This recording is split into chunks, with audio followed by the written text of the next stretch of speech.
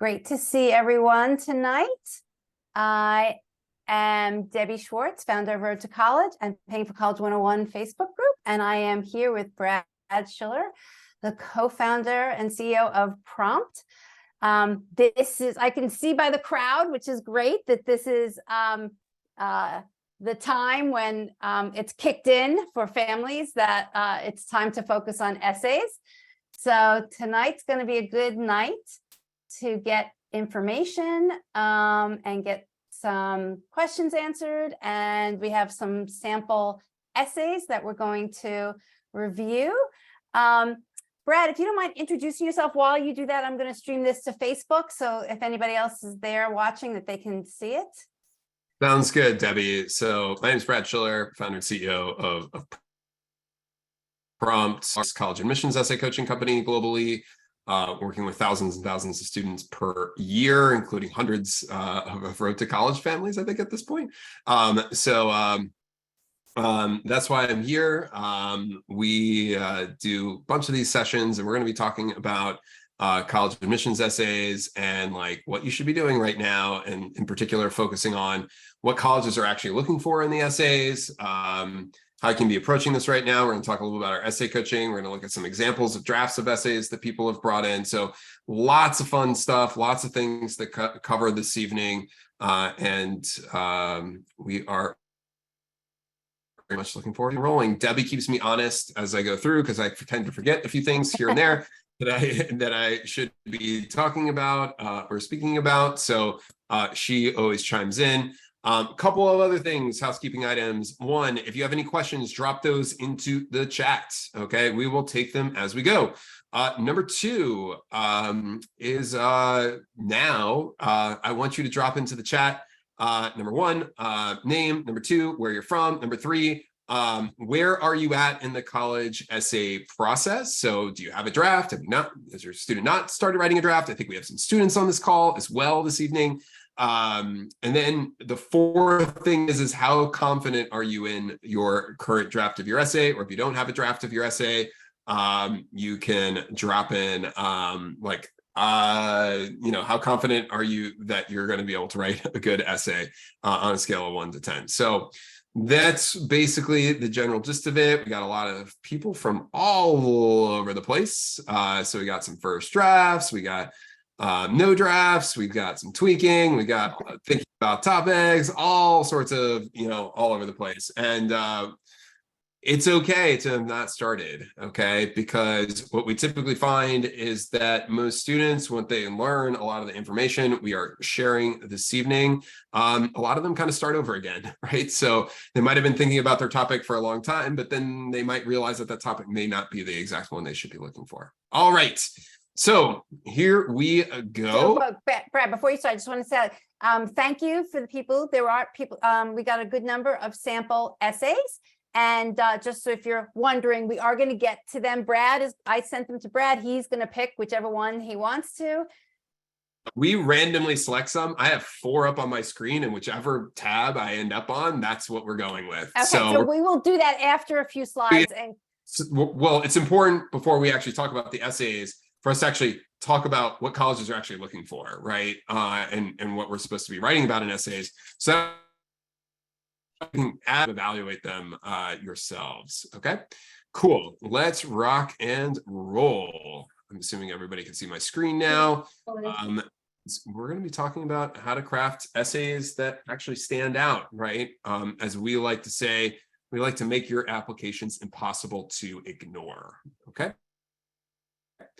All right, all of that sort of stuff. But the one thing I'll mention, and Debbie will drop into the chat, if you're interested in just learning about our essay coaching at any point in time during the session, after the session, you can go to myprompt.com/road-to-college. There's some also discounts and deals that are from now through Sunday. I'd highly recommend taking advantage of those, but we're gonna talk about that a little bit. Where is my unmute button? Oops. Okay, got you muted. Yeah, all good. All right, so what do admissions officers care about? Pretty simply, what they're evaluating your or your student's application on is that they believe that after looking at that application that you're succeed in college, at that college, and after they graduate, okay? That is the entire purpose of the application, is to prove this one thing, okay? And so everything that we're going to be talking about with essays this evening really leads to this point, right? Proving that you'll be successful in college and after you graduate. So let's talk a little about how colleges evaluate applicants. There's basically two major components. One is what we call the academic score, which is basically all of kind of the academic components, right? Your grades, the strength of curriculum that you've done, the high school that you've went to actually matters. Some of your test scores, SAT, ACT, maybe some AP scores. All of that kind of gets rolled into this academic score. Then the second kind of score, or way to think about this, is non-academics, what often schools call the personal score. And these are like activities. So like, what activities have you done and how you write about them? The essays, what you're writing about and how you write about it, your recommendations, an interview if applicable, all of this kind of gets rolled up into this personal score. And then colleges also have a bunch of other priorities, right? So they might be looking, family income might matter, first generation. Now there's a bunch of diversity prompts this year. Geography actually matters, legacies, athletes, demonstrating interest in the school. These are things that we're not really going to focus on this evening, and you can't really affect too much anyways. So like the primary thing that we're going to look at is we're going to take a deeper dive into the academic and personal scores really briefly. So then we can talk about what you should write about essays to increase your personal score. So the easiest way to think about this is the higher your academic score and the higher your personal score is, the higher your admissions chances are. Okay, that's pretty simple. Another couple of really key concepts. One, this thing called an academic bar. So students that are above this academic bar, so they meet a minimum threshold of academics, that means that college feels that that student is academically looking at that college, okay? So when you're below the academic bar, the admission rate's very low, like very close to zero. And once you're above that academic bar, it jumps way up, okay? So that is kind of a really important criteria here. And then there's also a personal bar, very similarly, but we're not going to talk about it very much because very few students are below the personal bar. You basically need to like write about like how you stole something, right? Or like you're just a really bad person, right? In order to be below the academic bar at most schools. All right. Okay, so let's talk about a little bit about academics, because this is a really important concept to understand, is that strong academics are not enough, especially in highly selective colleges, okay? Because those selective colleges, let's say the Ivy equivalents, all of that sort of stuff, a lot of these big, awesome public state flagship institutions, etc., all of them have far more academically qualified applicants than they actually have spots. And the data, roughly speaking, when students are applying to college, 4 in 5 applicants are actually above the academic bar, meaning that the school believes that they're academically capable of doing the work at that college and succeeding and graduating and all of that sort of stuff. This is really important because what happens is something where they're applying based off of their grades, their test scores, other things like that. So their academic type profile.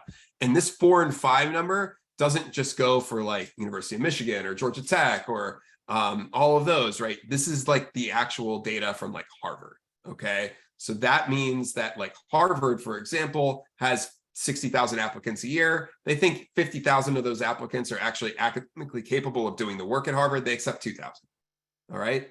So this is an important concept, right? Academics, a lot of times are not enough. And we'll talk about when academic, like, you know, it really comes down to essays a lot of times, but we'll talk about when essays are important or when they're not as important as we go. So now we're going to talk about this personal score. And really a lot of this is relying on those essays, right? And this is really critical to admissions chances, especially at more selective institutions or for more selective majors at like state colleges, etc. And what it really comes down to is that only 1 in 5 applicants actually set themselves apart as having a strong personal score. Okay, so in a pool of really highly motivated applicants, in many cases, that only 1 in 5 are actually setting themselves apart with their applications, that they're more motivated, more driven, more intellectually curious than a lot of other really driven, intellectually curious students. So this is a really critical concept, because what it comes down to is that having stronger academics can increase your admissions chances by 3x, but having these strong non-academics, right, the essays, what you're writing about and how you're writing about it, can increase your admission chances by 10x. That's what the data shows. All right. So if you think about it, it makes sense, because a lot of times you're looking at students with very similar academic profiles. So how are they differentiating? How are they telling the difference between students with very similar academic profiles? They're using this information to actually make that determination, right? That's where the essays are really starting to come into play. Okay, we'll talk a little bit about the types of admissions essays right now and what we're seeing for this year. Then we'll get into what should you be writing about in your essays, and then we'll get into the example essays. All right. So let's talk about some of the types of essays. One, you have this personal statement essay. This is the one most of you all know. Okay, this is like the common application essay, 650 words. You have 7 prompt choices to write. And guess what? That's a really important essay. But a lot of schools also have these, like what we call supplemental essays. So these extra essays that they want you to write. And guess what? These are just as important as the personal statement essay. Because why would a college be asking a question that they don't do? Okay. And it's not like, hey, the personal statement essay is longer, so it's worth 100 points, and this other one's worth 10 points, and this other essay is worth 20. No, they're all kind of equivalent, right? So your admissions officer is going to spend about 8 minutes on average reading your application, making notes on your application, looking at your academic profile, all of that kind of information. These essays, all of them are really important. They all kind of get conglomerated together to build this personal score. Okay, and so there might be 1 supplemental essay, there might be 0. Sometimes there's like 3, 4, 5, 6, 7 at some schools. So those are important. And then the third is like other essays that are required, but for certain majors, or such as like a lot of times there's an extra engineering essay that you might need to write. Certain programs like honors colleges might have extra essays to write, or certain scholarships for these schools. We call all these essays NPS essays. And these are also really important. A lot of times it's like, hey, why do you want to be an engineer, for example? And then there's all sorts of other kinds of writing that gets up in these applications. With all of these, right? So the activities list, those 150 characters that you're writing per in the description per activity that you are including are actually really important, right? This additional information section, if there's stuff that you can't fit elsewhere onto the application, you have another 650 words that you can use. Portfolios, sometimes like you might have what we call, or an artist statement within an art portfolio, and that has writing within it, or resumes. So there's all these other kind of written components. All of these things kind of combine or fit into these, like what we call this personal score, okay? And so we already talked a little bit about these. And so like, when do you actually write for your applications? So you've probably started looking at this now, or at least your students have. So generally speaking, the more selective a college is, the more essays they make you write. That's kind of the general gist of it. That's not always the case, but a lot of times it is. And so we find that student selective colleges might write 20, 40 plus essays across their applications. Other selective colleges, so admit rates that are 50, like kind of 15 to 50%, they might be writing 5 to 20 essays. In less selective colleges, you might not need to write an essay. You might only write the Common App essay or 1 or 2 of these supplemental essays. Okay, so it's kind of a wide range in terms of the work that needs to be done. So let's talk about content. Like what should be in these essays? And so we're going to start by talking about a little bit about some myths associated with essays. But Debbie, do we have questions that have maybe come in that are actually relevant for what we should be talking about now? Not yet. I think everybody is just mesmerized, but no questions yet. Trying to move fast because I want to get to a bunch of these essays tonight. So we're going to do this. Okay, so let's talk about myths. Myth number 1 is that colleges just want you to tell your story. So when you actually ask admissions officers, hey, what are you looking for in essays? Most of them will say, oh, we just want you to tell your story, or, oh, we just want to get to know you, right? So they're giving a pretty like obfuscating answer because they don't want to give you like the real meat and detail of what they're really looking for. And that's because if they tell you like, hey, I need service, or I really want to go for a drive, now all of a sudden that gets aggregated and everybody just like writes about that one thing. So what they want you to do is just say, okay, just let me give you a blanket statement, okay? But that's actually not very helpful for students because colleges, this is kind of an incomplete statement, right? So they don't tell your story, okay? Myth number 2, colleges want you to tell the most dramatic parts of your story. So a lot of times students will read these example essays that are online that are about some like crazy moments in their lives, or in like really dramatic, high drama, all of this sort of stuff, beautiful written language, etc. And it turns out that that's not really what colleges are always looking for, okay? And we're going to talk about what it is they're looking for. But guess what? Those essays are serving another purpose, right? What they're doing is they're a more enjoyable essay for you to read. So if I put up an example essay of to University of Chicago or UPenn or that sort of thing, I could show you an essay and you'd be like, wow, that's just a really solid essay. It's not the most exciting, like earth-shattering content in the world, doesn't have any beautiful metaphors or analogies or whatever, but it's a really solid essay because the content is really good and clearly presented in a great way. Essays that are online, for examples of great essays, or what the New York Times wants to publish, they have a different purpose, right, than actually proving to admissions officers that you're going to be successful in college and beyond, right? And this gets to the point that colleges' essays don't need to be super creative, using elaborate metaphors or anything like that. Once again, it really comes down to us proving that you'll be successful in college and beyond, right? So what you're trying to do is actually tell your story or talk about your experiences that relate to proving that you'll be successful in college and beyond. So how do you do this? You actually highlight one or more of the 5 traits that colleges actually look for in applicants. And I want to talk about those 5 traits now. One slide that people would take pictures and that sort of thing. But now we decided that we're going to put 5 slides here. So you might need to take 5 pictures, but this is like the single most important piece of content that we're going to be discussing and learning about this evening. All right. So the first trait that often admissions officers will say is the most important trait is called drive. Okay. So these are students that push themselves to succeed no matter what, right? They're perseverant, they're gritty, right? They're coming into like some difficult or challenging situations and they're coming out a better person as a result of specific actions that they are taking to actually better their situation, okay? Colleges love applicants because they know that in college and then after you graduate, you're likely to run into some challenging situations at some point. And they know that the driven, perseverant, gritty students are the ones that are more likely to make it through. They're the ones that are more likely to succeed. They're the ones that are more likely to graduate, etc. Okay.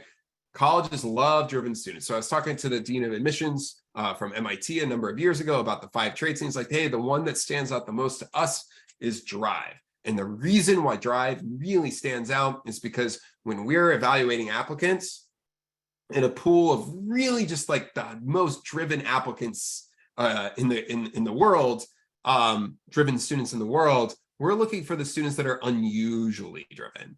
So they can even set themselves apart in a pool of really driven applicants. Okay. Next, intellectual curiosity. So these are students that love learning just for the fun of it, like in their free time. They're kind of exploring different subjects and topics to gain a deeper understanding of these different subjects and topics in which they're interested in. Colleges love intellectually curious students. Absolutely love them. And the reason why is because, guess what? When they're interested in a topic, they're going to learn more. And so if they're interested in the major that they're majoring in, they're going to learn more. They're going to get better. They're going to not only leads to success in college academically, but it also leads to success of these lifelong learners, these people that are going to be more likely to be successful after college. And colleges love these students so much that at Emory University, they actually call their personal score the intellectual curiosity score when they're evaluating applicants. And intellectual curiosity is also one of the things that a lot of students leave out and don't even write about or think to write about in their essays, because different things that they're really interested in or love to write about or sometimes or think about or learn about, those are things that are normal to them, right? A lot of times the colleges will find really compelling about that.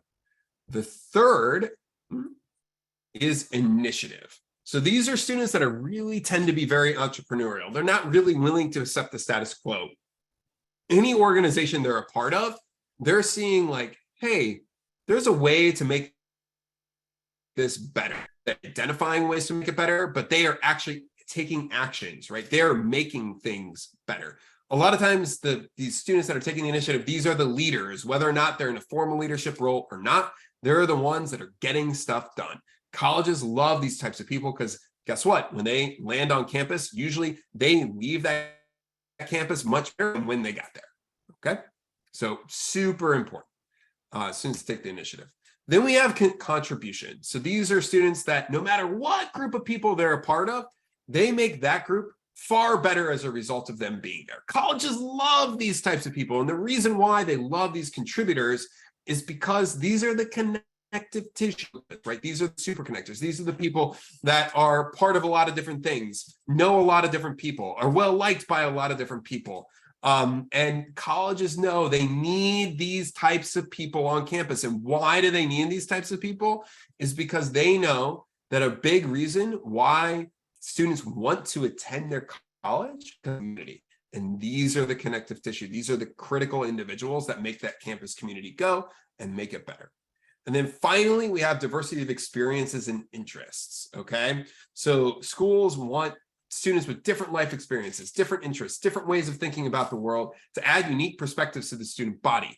What they want to do is bring together all sorts of different interests such that they can work together. They can learn from each other. And this is also really important to schools. And you see this even more so important now as you see a lot of the essays or newer essay prompts that schools have put out there actually specifically related and targeting diversity, okay? All right, so those are the 5 traits that colleges look for in applicants. And a key part of this is guess what? We never talked about good topics or bad topics for essays because there really is no such thing as a bad topic as long as it relates to one or more of these 5 traits, okay? So you might hear, don't write about athletics, or you might have heard, don't write about band or theater or community service or some trips you went on or whatever it is, right? And as it turns out, like, yeah, that's the reason why you've heard that advice is because it's solid advice for people that are, writing just about like athletics in terms of like, I really like sports, or writing about band in terms of, I love music. I really love music, right? That's not related to these 5 traits. But a lot of times, like athletics can be related to taking the initiative, right? So the essay could be about taking the initiative, doing something that involves leadership or contribution or drive or intellectual curiosity. It can be about one of those other traits or one or more of those other traits, but the setting is athletics. But the essay is actually about something else, okay? And so that's really important to understand here is that it's really about identifying your most compelling content that you have related to one or more of the 5 traits that colleges look for in applicants. And that's what you should be focusing on in your essays. You shouldn't be focusing on, stuff that's not necessarily related to that, okay? All right. So, Debbie, is there stuff that's come in associated? Let me go back a little bit. I mean, I'll just read the question, but you kind of answered it. Somebody was saying, how do you highlight these traits without focusing on a specific topic? Yeah, so I mean, a lot of times you're showing these traits in your experiences, right? So, and a lot of times when we're coaching students, we're kind of identifying, a lot of what we're doing is identifying experiences related to these traits. And then, sometimes students have so much compelling content related to one of these traits or a couple of these traits that we're kind of writing an essay that's actually associated with that. And so, it could be, okay, somebody that's like a really like a strong contributor, for example, what they might find is like, hey, their essay might kind of the theme of their essay is almost like, hey, I've never really like sought out leadership roles, but like my peers just keep thrusting me into them. Okay. And now you have this essay where it's like, here's all of these different experiences that I have that are kind of related to this who I am as a person, that like my peers have like trusted me to like lead them, or like to help them like figure something out, or to accomplish something. And so, other times it'll be, about athletics. So you might be writing about soccer. But in reality, kind of what you're doing is you're showing, okay, I do a lot of stuff with soccer, like outside of, normal practices and such. Like I'm spending hours a day, like dissecting YouTube videos of, how players shoot the ball, or different moves that they are doing. And I then go out on the field and I'm like practicing those rigorously myself. And it just so happened to be at like the most important moment of the season, I broke out one of the moves that I had never tried before, and boom, I scored like the game-winning goal, right? So these are things that, can be really compelling or helpful, right? Where the topic is about like kind of the setting, or the topic is, effectively kind of related to one of these traits, but the setting is like one or more of these different experiences that you had. It's not like you're going out and saying, hey, I'm really intellectually curious. Look how intellectually curious I am. But rather, you are very clearly showing that kind of in the content that you're writing about. So I got this other question. It was sent to me privately, but I'm going to share it without divulging who sent it, because I think it's important to hear it. So this person said, my student believes she's just average, and she's not sure what to write about that will be interesting. Okay. So what's really interesting here is that every student has something pretty compelling about them, or these 5 traits. Okay. A lot of times you may not think that's that interesting or that compelling, but it is. And that is the type of thing where it's really about kind of like going through, and I'll show you kind of like some tools that we have that you can go and actually and identify content related to one or more of these 5 traits. But like we see great essays that are about like very like, hey, that might be related to contribution. That's sometimes about how a student like identified another student that was just having like a lot of trouble, or was being bullied, or like that sort of thing. And then you end up with this great essay on like how they've like helped them, right, through some difficult situations, or that sort of thing. So there's you can learn a lot about a student from something that doesn't feel like, hey, I accomplished this giant, massive thing, right? A lot of it's like, hey, let's really think about like interactions that you've had with other people, situations where things weren't going the right way, but then ended up going the right way as a result of some actions that maybe you have taken. Okay. I think sometimes students feel like if I didn't have some major event that I had to overcome, then I don't have something worthwhile to write about.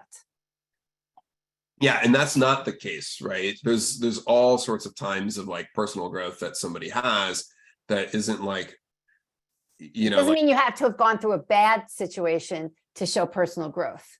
Yeah, there's a lot of ways to do it. Okay, great. So we already talked about this, but every single essay, every single part of the application is important, because all combined together, right, they're going to prove that you're going to be successful. In terms of like how to work on applications, we're going to touch on this briefly.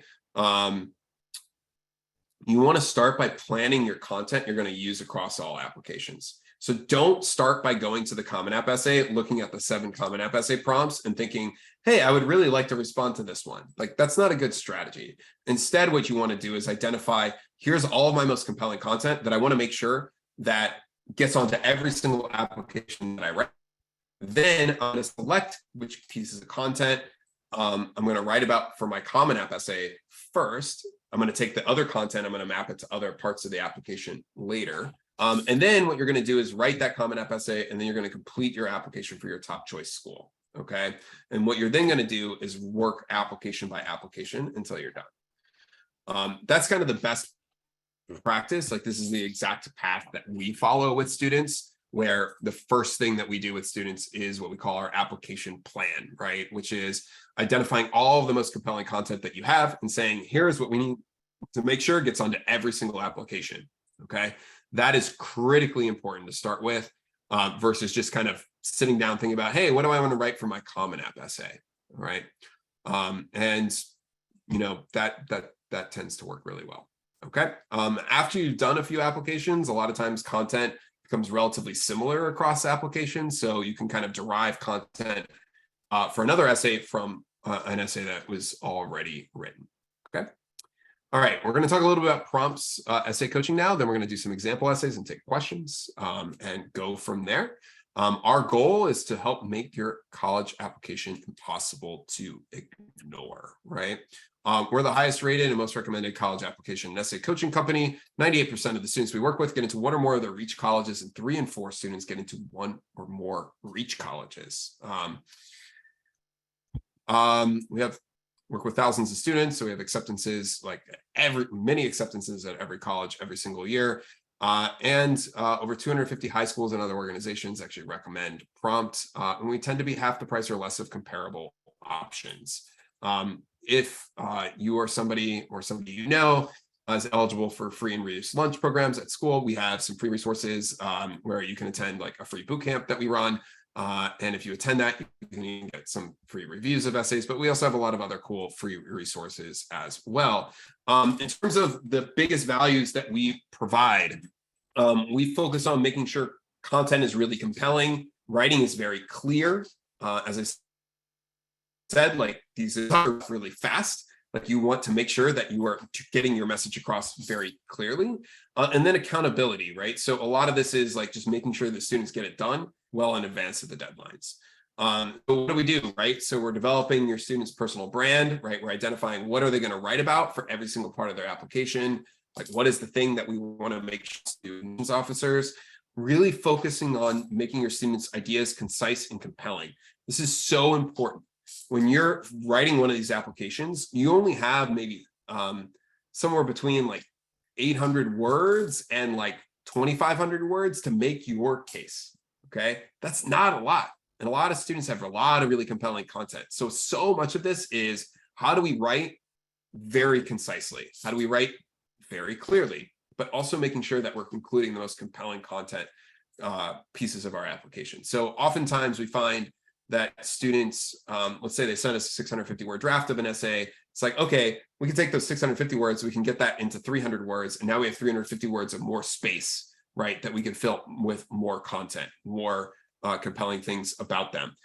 Or we'll have a student, oftentimes, like whenever we have a student write a first draft, we're like, hey, we don't even care about the word count, right? Don't even think about a word count. And so students will go, they'll take this detailed outline that we've put together, and they'll have like 1,000 words. But within a couple of drafts, they're down to like 650 words. And they have, if you read the 1,000-word essay and you read the 650-word essay, the 650-word essay contains all of the most compelling content, all the things that you really need to know, and reads a lot clearer. Like if you read just both of them, you'll be like, hey, I understand exactly. It really just matters about making this writing really concise, so that way you can actually get that across. And then also holding your student accountable, right? Making sure that they get the stuff done by the deadlines. We match students with coaches based off of their college list, their ambitions, their learning style,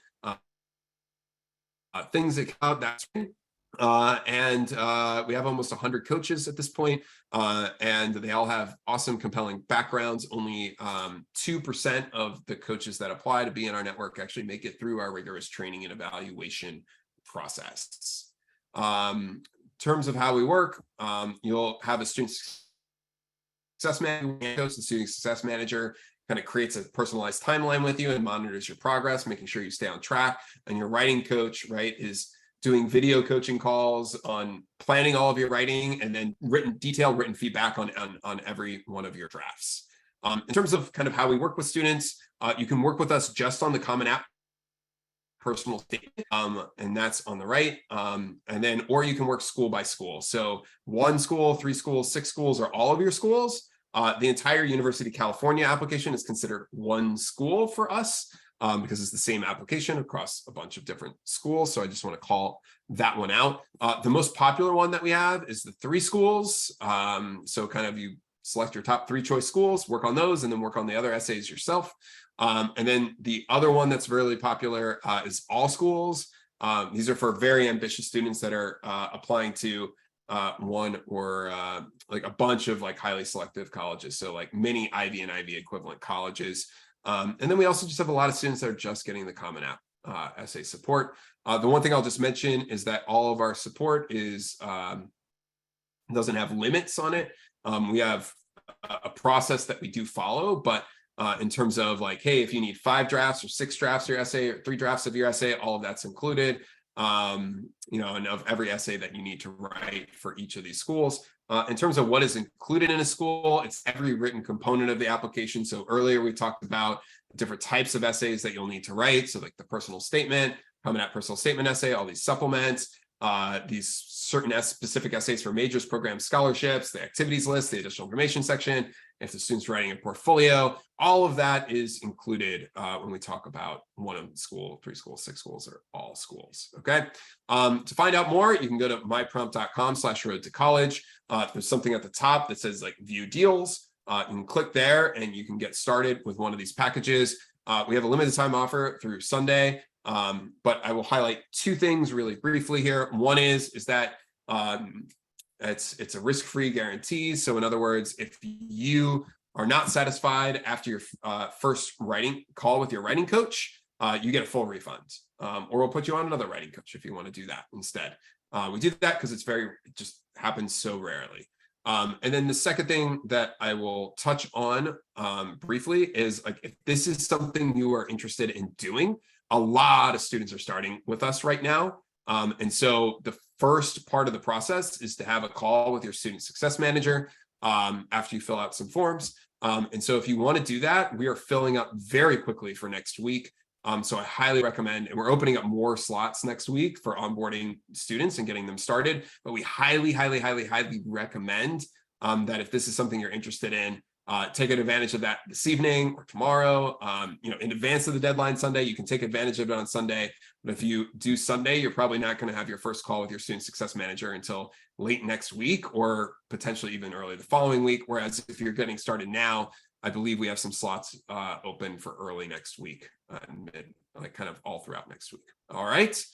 So Brett, so just before we leave this slide, so I'm just, families really, I guess, need to look at their students' college list, right? To understand, do I just, need help with the Common App, or is my student applying to schools that have a lot of the supplemental essays? Because that's the difference between like why they would need help beyond just the Common App, like, and why they would go to like a 1 school or 3 school package. It's because of all the other essays, but we don't know that. You got to look at your students' list to understand how many essays. On the website, you'll see like a phone number you can call. You can also fill out like a contact us form. We're happy to chat with you about this. But as I said, most people are doing either the Common App personal statement because they don't have a lot of extra supplemental essays, extra essays to write. And then the next kind of most popular are the 3 schools and the all schools. Okay. But not to say we don't have there's also a lot of people that do 1 or 6, right? It really just depends on, broadly what you are looking for in terms of support. And happy to take some questions, more associated with this. I don't know, Debbie, if there's some more questions that have come up, or we're going to start rolling into some live feedback on essays. I think you should go to the live feedback. We'll get through some of these questions. What we're going to do is we're going to do one essay first, and then we'll take some questions. Then we'll do another essay. And then if we have time, we'll maybe do a third. But I do know that probably a bunch of questions tend to roll in. So we will go ahead and do that as well. All right. Oh, yeah. Right before we start getting started here, I'm just going to show you around a couple of really cool things. So one is on the Road to College website. If you want to view those deals, like click the View Deals button. You can then go there and you'll see the discounts, and you can just purchase risk-free right there. There's also a bunch of information on helping you kind of figure out what package may be right for you and what all the packages include. Okay, so that's one. 2 is if you're here and you're like, hey, what about some like free resources or other things that you might offer? You can see that on this side. You can join sign up for our boot camp. One of our boot camps are free, or you can use our essay list builder, which I will show you in just a second because it's pretty cool. So if you just create like a free account at Prompt, you can actually input the list of schools you're applying to.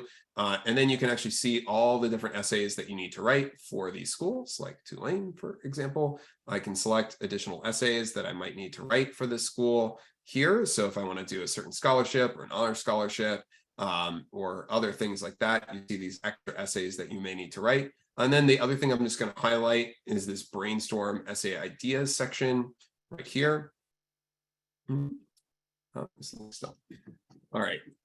So what this does is kind of walks you through, these are these modules that kind of walk students through getting started with their essays.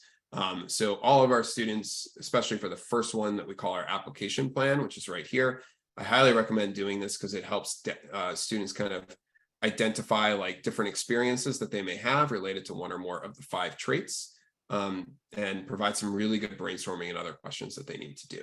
Okay. So I just want to highlight and show a couple of those things, but we work with students kind of in this system, right? In terms of like submitting essays, kind of mapping content to essays, brainstorming content, taking notes, all of that sort of stuff is here. And that's kind of how you interact with your writing coach. All right. I'm going to go ahead. Brad, sorry, there's one good question before we kind of go on to the samples. This is somebody asking if you can give a little bit more on the background of the coaches, like, what type of background do they have? Like, why are you selecting them? Yeah. So a couple of things that are really important here. One is that all of our writing coaches are actually part-time employees of ours, right? They're not just contractors, which means that we have, so number one is they're doing a lot of work with us. So they're seeing hundreds of essays per year. And then number two is that we actually put them through a really rigorous training and evaluation process. And they all receive like ongoing training. In terms of backgrounds, all of them have their undergraduate degrees. Many of them are pursuing graduate education or already completed a graduate degree.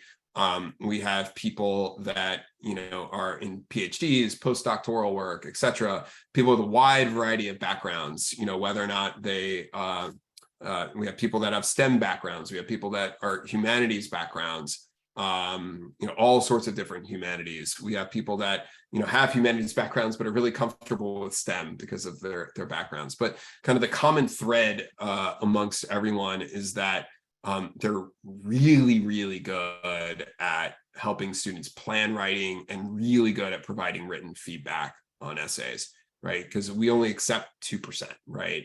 These are people that have gone through a very rigorous process to identify who is really good at this and then who can like take our training and like apply it, in a substantial and major way. Okay. So yeah, our coaches are really good. That's kind of what it comes down to.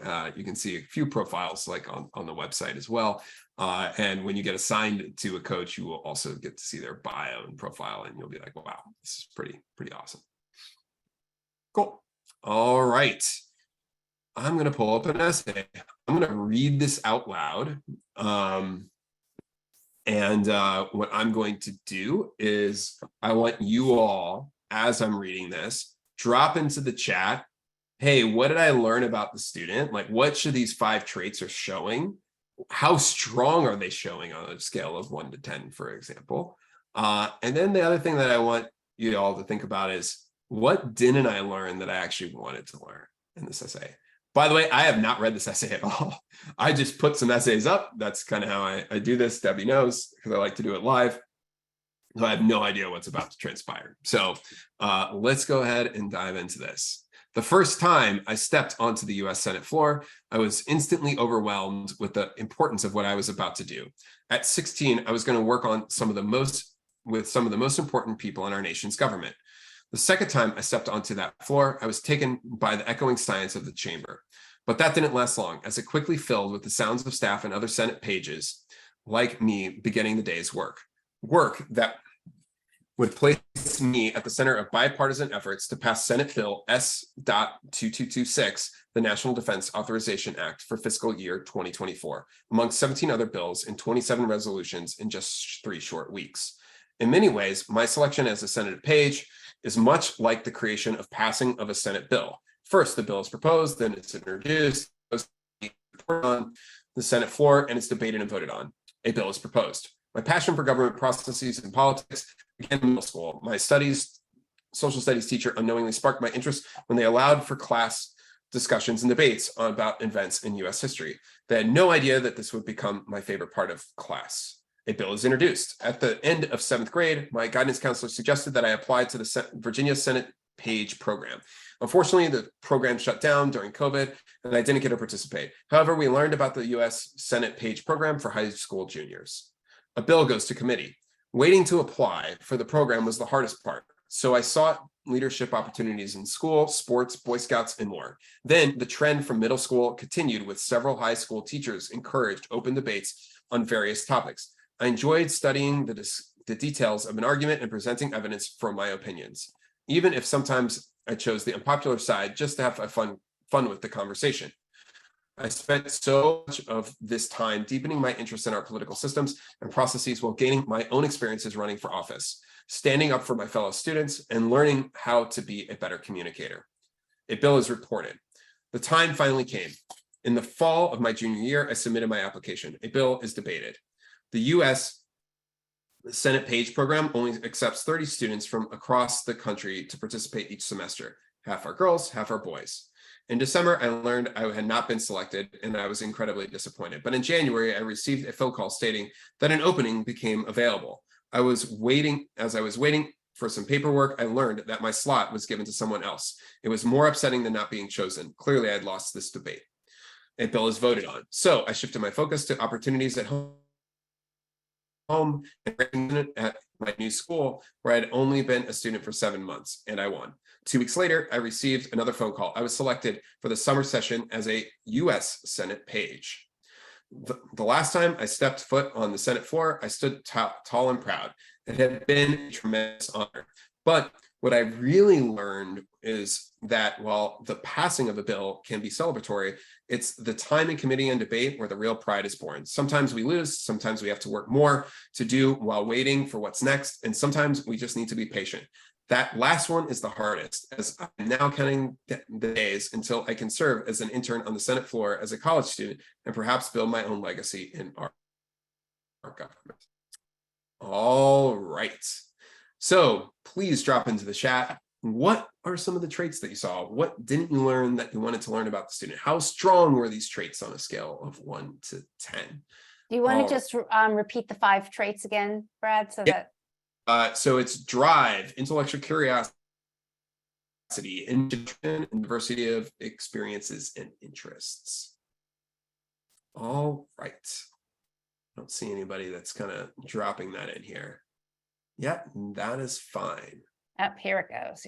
Yeah, we see some drive, perseverance, etc. To the area of study and specific experience, not about the student's inherent self-drive, intellectual curiosity. So let's kind of talk about this. All right. So this is like a pretty good essay. I'm just going to start by saying that, okay? And I don't know too much about the student yet, but I'm going to talk in terms of like, hey, here's where there's some opportunities to really expand on content in a meaningful way, where I'm going to learn a lot more about really what the student has done and accomplished, okay? So a lot of this essay is really just about being selected for this program, okay? And I understand, yeah, it's probably a pretty rigorous process to be selected, right? It's difficult to be selected. But that's also something that, like, hey, you can put on their activities list, like, you know, selected as one of 30 Senate pages out of 10,000 applicants or whatnot, right? So that is part of this, right? So I'm not saying it's like, hey, we shouldn't be writing about this, because like clearly that this essay should really be about like the students' deep interest in government and debate and those types of things. But I think there's a lot of content here that can be streamlined in a substantial way because of that, okay? And it's also like, as I'm reading this, I'm thinking like, okay, so you're the Senate page, and you're at the center of this bipartisan effort. Like, what was your contribution to it? Now, I understand maybe the answer is nothing because you're a page. And so like, how much reasonably could you do that would influence this bill, right? And I don't know exactly what pages do. And the person that's probably reading your essay has some glimmer, like some hint of what they do. I think I have a hint, but like I don't know the details, right? And so when I'm reading this, I'm like, okay, well, how involved would you be, or that sort of thing. And now I get to the point, effectively, 168 words into this essay where it's like, okay, so this is going to be about how you got selected as the Senate page in the process. But now I'm going into this. This is like an interesting kind of trope here of like, hey, I'm going to start kind of these different things, which is interesting. I don't know if that's how it would maybe that stays, maybe that doesn't. But the challenge here is that now I'm at the point where it's like, okay, I still don't have a great understanding of like where this essay is exactly heading. And I'm already at like a quarter of the word count into the essay. Okay. And now I'm finally getting like, okay, this essay is about like how they built their interest in this and how they got to become a page, probably. All right. Now you have to ask yourself, there's a lot of things that are kind of interesting in here that I'm like, oh, this is fascinating. And yet there's very little content about it. Like standing up for my fellow students. I would love to learn more about that, right? How that relates to your interests. Learning how to be a better communicator. Also would love to learn about that. Like why, like how did you go about doing that? What was the self-learning process involved in that? Was this part of all this debate that you were doing and you realized like, hey, you weren't doing such a great job, right? Show me that like you've actually gotten much better, right? That could be something that's really interesting that could really tie into your intellectual curiosity and kind of prove that, hey, I'm headed down this path related to politics. I identified that I need to become better at making my arguments through debate. And I learned that in these kind of class situations that I was in, and so on and so forth. Okay. So like those are really interesting. Like this Virginia Senate page thing, that's nice, but like it may not be that relevant compared to other content you could include, right? Because you didn't necessarily go and do something meaningful there, although maybe that would be on an activities list that, hey, you were accepted into, this particular program, right? And then now I'm learning a lot about like, hey, I got this opening and then I was disappointed. And then, then I got into the summer program. Like, I don't know if a lot of like how important like the specific details of that are, because those are things that like, what actions did you take? Right. So I looked at this and I was like, I was disappointed. So now I'm thinking like, hey, you were disappointed. So you jumped into action, right? But it turns out you didn't jump into action. That's okay. But like, that's what I was expecting, right? After this, where, it was, you received a phone call that the slot was available, but was that phone call as a result of your direct actions being like, no, I'm not going to take no for an answer, right? If that was the answer, then okay, writing about this content makes a lot of sense. But otherwise, like it may not really realistically matter how you became a Senate page, right? Or the process you went through, unless it was like some very specific challenging things that you had to go through and accomplish in order to actually get there, right? And so it's like, hey, I wasn't accepted in the program, but guess what? I actually like still found a way to get myself accepted, right? As a result of actions that I took, right? If that was the case, that can be really compelling. But other than that, like maybe it's a little less compelling. Now, once again, like this is a very solid essay. Like a lot of this content is pretty strong already. But what I'm talking about is like, how do we get to that next level? Like, what are the things where I'm not just showing like, hey, I'm pretty driven, but I'm trying to show that I'm unusually driven, right? Like you've put me in a situation and it's just like what I've accomplished in that situation is different than the vast majority of other students would do. Okay. So somebody could apply to the program. Maybe they don't all get into the program.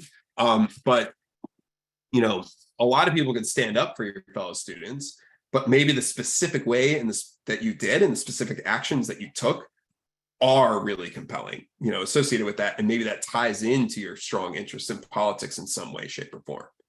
Okay. Well, I have to say, actually, I agree. It was cleverly written. There's a lot here, but all I really found out was that they were in the PAGE program. Obviously, that's impressive, but what made them impressive to even be selected for the PAGE program? I don't know that. Yeah, I mean, it's like you got selected somehow, right? Yeah. It's like there might have been some interesting content there, right? And I think this is where it's challenging, right? Because I would say this is a very solid essay, right? And you would probably do pretty well with it, depending on where you're applying to. But as I said, like it's there's opportunity here. And the question is like, and some of those questions may not be able to be answered in a compelling way that we just talked about, and some may be in an extremely compelling way, right? And so it's really about kind of picking and choosing like, hey, which of those can we answer in a way that's like really kind of showcases, you know, who the writer is. So Okay. Brett, before you go on to the next one, there's like a few questions which that came up earlier and about, you know, you've identified these 5 traits, which is helpful for students to kind of like, you know, guide themselves to as they're writing their essays. How many do you really have to showcase in an essay? Yeah. So you want to focus on your 1 to 3 like strengths. Okay.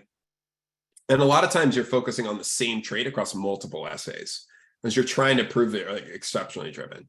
Now, what you see here is like you see hints of a lot of different traits, right? You see hints of drive, right? And drive is probably a little stronger than like intellectual curiosity in this essay, but intellectual curiosity is here, taking the initiatives here. Something about you know, a little bit about contribution is here, right? Diversity of experiences or interests is here. But like the real strengths of this type of essay, you know, is probably going to be more related to drive, maybe intellectual curiosity. I could see something, you know, if we really expanded upon standing up for my fellow students, you know, contribution. One of the things that we also saw in this essay, for example, was, hey, I actually won.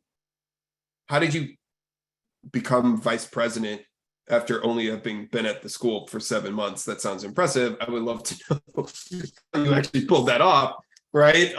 Like these are like, you know, and kind of what you learn from that experience. These are the things that kind of you know, are important. Okay. Yep. Cool. All right. Any other questions or things that have come in on that one? Nope. I mean, people had a lot of good comments, but I think whoever essays this is, hopefully you got a lot out of this and can kind of take away and improve it.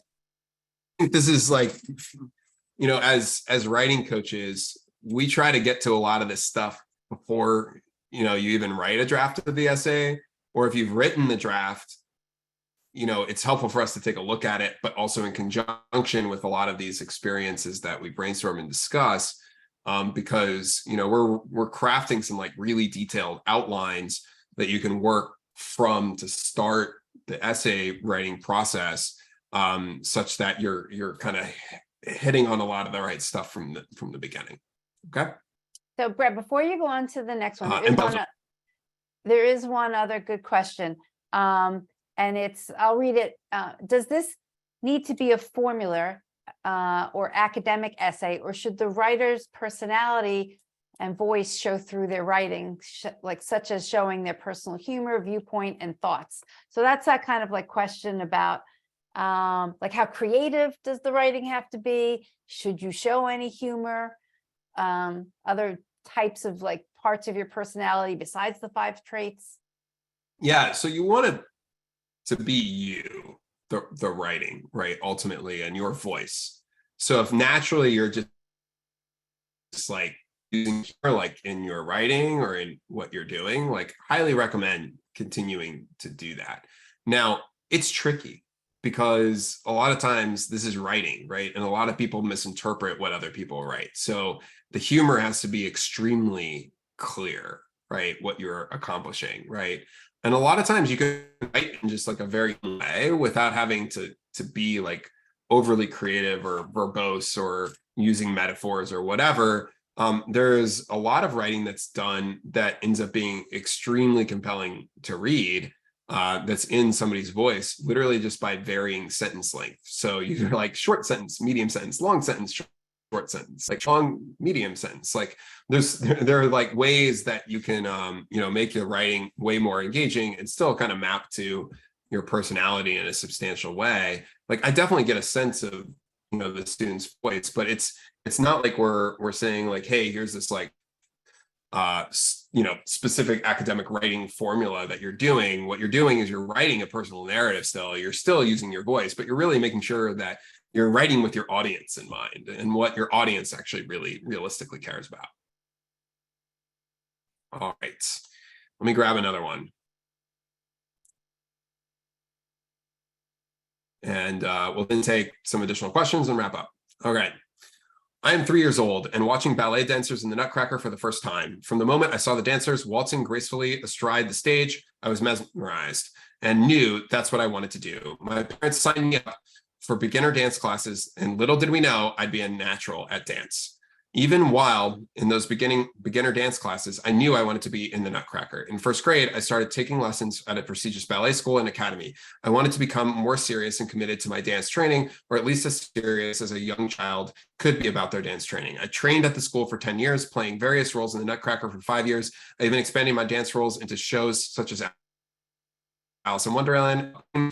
All throughout my training, I was at the top of my class. Dance came natural to me. It was as simple as taking a walk in the park. Dance, like the school year, brought a new teacher and different experiences. As I grew older, my love for this art form would become a vessel of pain, confusion, and heartbreak. I have had teachers that, through their actions and words, make me feel appreciated and like an outsider in a world I once loved to be in. I have felt the pain when a teacher walked by without correcting me or said, "You'll never be successful in the professional dance world. You don't look like the traditional ballet aesthetic," and that's what companies are looking for. To hear someone else saying what I made me question my value as a person and dug at my self-esteem and confidence. I struggled with that comment for months. It made me not only hate how I looked, but it all made me never want to dance again. Eventually, my only thought became, I don't belong in the dance world. And I left this school because I truly didn't know if I ever even liked dancing or myself. For many months, contemplating why I spent so many years dancing and who I was if I was not dancing. I started to miss dance, but feared all of the feelings, joy, excitement, heartbreak dance represented to me. What I truly missed was what dance brought to me, joy. I had let other people take away my joy for dance, and by not dancing, I was allowing other people to control my life. A new dance studio, and I decided to try again. As my joy of dancing returned, I gained a new perspective and love dance on a deeper level. I learned that I'm not going to give up on anything I want because of what someone else says. In life, I'm going to meet a lot of people. Some will try to take away my joy, confidence, or self-worth. I will not listen to these people. I do not want to be in a space ever again where I will let others dictate what I do or try to limit me from achieving my dreams. The magnitude of our words and actions is ever present in our daily lives. I have felt firsthand how words and actions can build you up or tear you down. I will tread carefully in my interactions with others and strive to be someone who encourages everyone to I meet to be their best possible selves. It is when we are our best selves that the impossible becomes possible. Impossible becomes possible. All right. So drop in here, which of these 5 traits did you see on a scale of 1 to 10? Like how strong were maybe these traits that you see? What didn't you learn that you wanted to learn? All that sort of fun stuff. Feel free to drop that into the chat. And then we'll go ahead and do this. We'll then take a few more questions and we will wrap up for this evening. Perseverance. Yeah. Drive.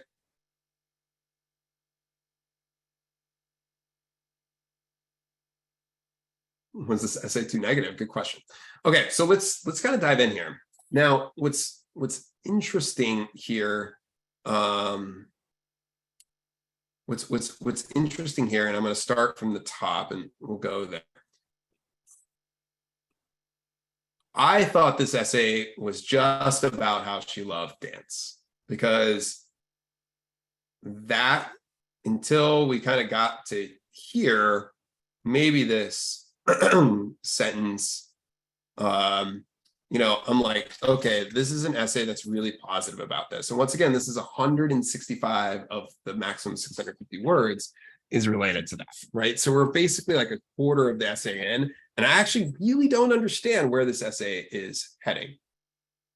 Okay. Typically, you want to know where the essay is heading within like the first 3 to 4 lines of the essay.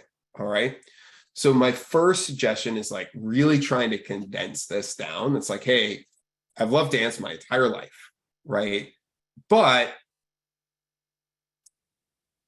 I started hating it, right? And now I love it again, right? Like you kind of want to like provide that aspect at the beginning of the essay to guide the reader to understanding what are they going to read about. right? If you think about most movies and like storytelling or books or whatever, like typically you kind of know how the movie is going to end before you actually start watching it, or within the first few minutes of the essay of the movie, right? And then why do you watch the rest of the movie? It's because you want to understand how did they get there, what's going to happen, right? And so that I think is really important here. Right? So I don't really know where this essay is heading from the beginning, but now pain, confusion, and heartbreak, I'm like, okay, this essay is taking a turn. And now I see why it's taking a turn. And this is like important for, this is important content and context. But now I'm like, well, where's the essay going again? Is this ending at heartbreak, or like, I'm assuming dancing again, but I'm not 100% sure, right? And so it's helpful for me to just understand at the beginning, like, where is this likely to be heading, right? You have to guide your reader through that. And then the challenge here is I don't have enough around like, okay, I have a little bit in terms of like how you felt, and well, maybe a little more context would be helpful, but like, how did you really come back? Like, what you started to miss dance, okay? You were just missing it. Like, were there any specific actions you took or specific things that happened to you that like led you to kind of this realization that, hey, I just kind of want to dance, right? I don't care what these other people say. This video, and you found your dance enjoy, like that's really would be helpful content. Now, what I struggle a little bit is when you're becoming a little bit philosophical again here, where, okay, some people will take away my joy, confidence, self-worth. I will not listen to these people. Like, okay, prove it to me, right?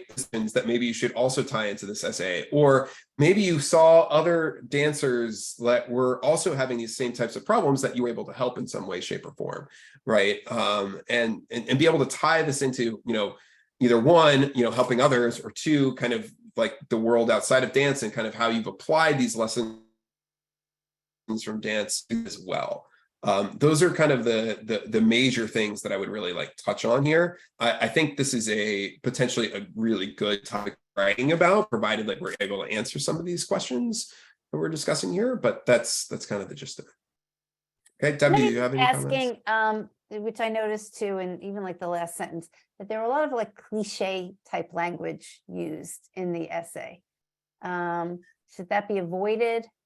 Yeah, it's just like, it's not helpful, right? Like the impossible becomes the possible. It's a little. You kind of like cringe a little bit. Yeah. So yeah. It's not the end of the world to have that sort of stuff in there, but it doesn't really, realistically add much value, right? It's not like, hey, I'm being clever here. Instead it's like, okay, like let's really focus on like, and like it's helpful to like have a tie back to the beginning, or that sort of thing, or other language that you use. So I'm not saying like don't become like, have some creative or some different components to it. But yeah, like when you see this, I'm not gonna meet a lot of people. I'm going to meet a lot of people. Some will try to take away my joy, confidence, self-worth. I will not listen to these people. Like, this is a bit like, oh, and I'd rather like have it be like meatier content here. Okay. Not to say you can't get a little philosophical or like, here's what I learned about myself. What I like to be is like, here's what I learned about myself, and here's how I applied it, in my life. Okay. All right. So somebody is asking, just so you know, somebody is saying, can we see the final version of this essay? Just so you know, these were essays that were sent in because we said there was no final one yet. Yes. Currently in process, right? So that's not exactly kind of hard to do, right? In this specific case. But I think that, Brad, one more question going back to that essay, because a few people mentioned this, and I'm kind of curious about your opinion. Did you think that it felt too negative, that essay?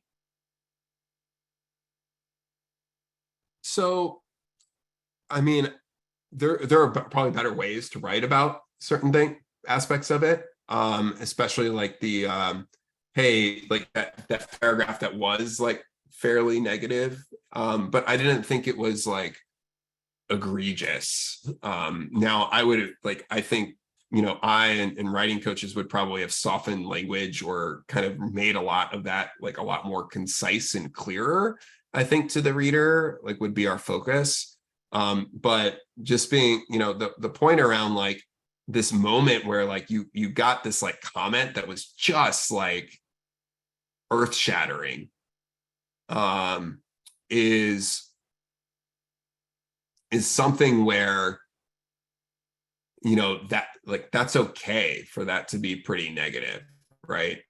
And it's possible that you might even want to start the essay with that comment you heard, right? And it's like, because then you can have that and be like, now, like, I love dance and like this ruined it for me, but I overcame it, right? That is kind of the Oh, I kind of general. like restructuring it like that. Yeah.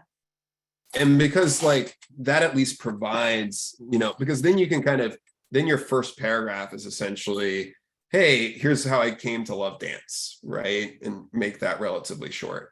Then the second paragraph is, here's how I came to hate dance, right? And then and then the third is like, here's how I came to love it again. Yep. And the fourth is how I've taken that lesson, applied it in all sorts of other places. Yep. Right. So that's kind of how I would probably, I suspect almost all of our writing coaches would take that approach too. Like when we provide feedback, like if we were just providing feedback on this essay, we would talk a lot about like from a content perspective, what didn't we learn that we really wanted to learn? And then we would actually provide an example outline that would kind of walk through like, hey, how would I actually think about restructuring this essay? And that's probably, that's like the typical, like how we would think about restructuring this kind of essay. And it's good for people to kind of understand, like I was just thinking as you're explaining that, as a parent, and you might be helping your student, which is fine, a lot about your students. So like, as you're reading the essay, you might already be filling in the details because your student. It's hard to kind of get that like objective reading, of somebody else reading the essay who knows nothing about your student, who is going to be an admissions officer. And then what did they really get out of the essay? So. Yeah, it's really tricky because it's really hard to write extremely clearly and concisely, right? And what I always say is that, so reading this essay, so like if we just go back and like think about that essay that we were reading, or even the Senate page one, I don't have a really particularly clear idea or decent understanding of where the essay is heading until I'm like a quarter of the way in. That's not great, because as an admissions reader, I'm spending maybe 8 minutes on the essay in total, like not on the essay, but on the application in total. So I'm reading these essays pretty quickly. And once I'm like, and I'm reading a lot of them every day, right? A lot of applications every day. Once I start kind of losing interest a little bit, I'm still probably going to keep reading, but my mind is probably wandering. Like think about things you read, right? You're just like, oh, that's not that interesting. Maybe I'll keep reading. I'm like forcing myself to read that. Like some email that's convoluted that you receive from some colleague that you're like, I don't know what the heck is going on here. I'm trying to figure it out. Like that's not the situation that you want to be in with your essay, right? You want your student's essay to be like, I have like from the beginning of the essay, it's what I call the accept mindset, right? Is like, hey, I understand exactly where this essay is heading. I'm like feeling really good about the student. They're like in the I'm going to accept the student mindset. Once they're kind of starting to get an inkling of like, I don't really know where this is heading. I don't know how this is relevant. They start thinking like, I'm going to put this maybe in like the reject pile, right? Or like the lower personal score pile. And once you start thinking that, it's really hard to get them back. It's just really hard to get a reader back. As much as the reader wants to help and support you, like it's just hard to get them back. It's just human nature. And so that's why like we focus so much on making sure that the writing is extremely clear from the beginning of the essay to the end.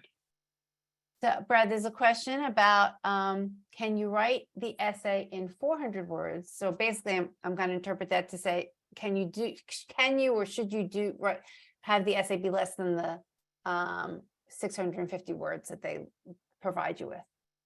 I like using the full word count, within, a few percent, right, of the word count. And the reason why is because, so let's say I'm able to write something in 400 words. I might have more content that I can now include to get it to 650 words. Okay. So, if you feel like, hey, there's really nothing else to write about, like 400 words is fine. But for most students, there's enough compelling things that they can include about their experiences that they should be able to get to around 650 words. And so somebody's kind of asking a similar question, but can you go over the 650 count? No, they won't let you even submit Yeah. it. Right. So the answer is no.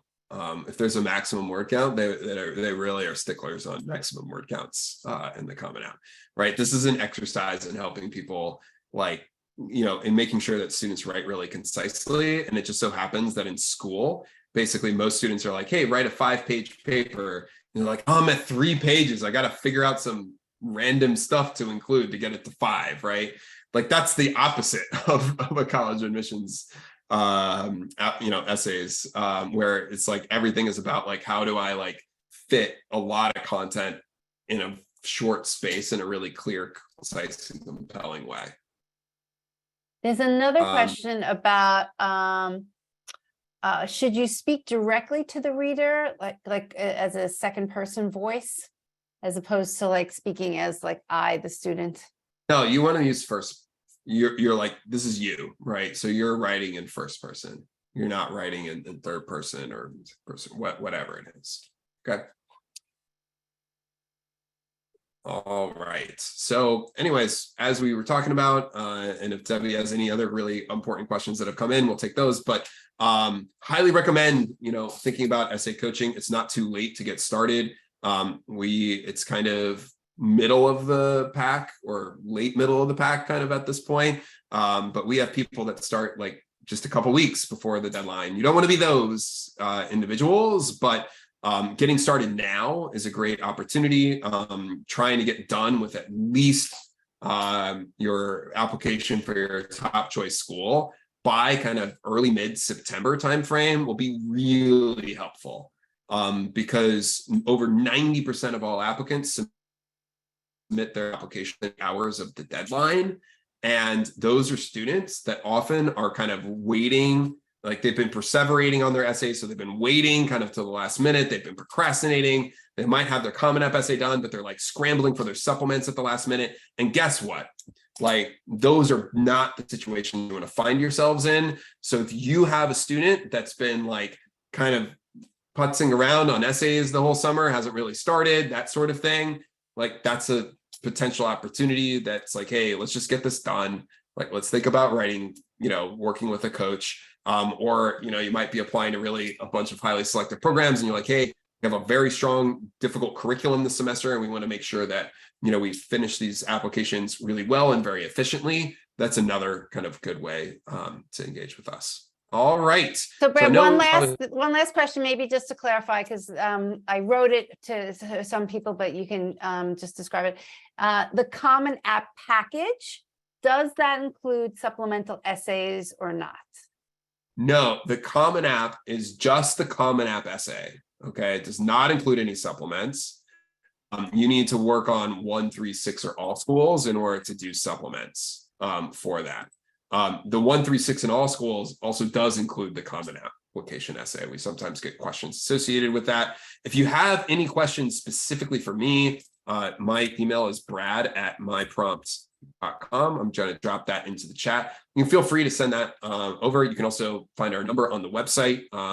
But you can also just go make a purchase because, as I said, it's risk free. You'll do your if you're not satisfied after your first call with your writing coach, you can get a full refund.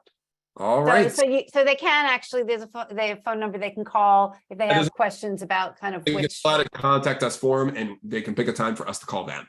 Right. Great. Those are the options here. Okay. Okay. Thanks, Brad. Thank you, everyone, for showing up, and good luck. Good luck. Get started. That's my biggest advice. I love it, right? This is the time of the year. Let's make it happen. Exactly. All right. Take care. Everybody. Bye-bye. Bye.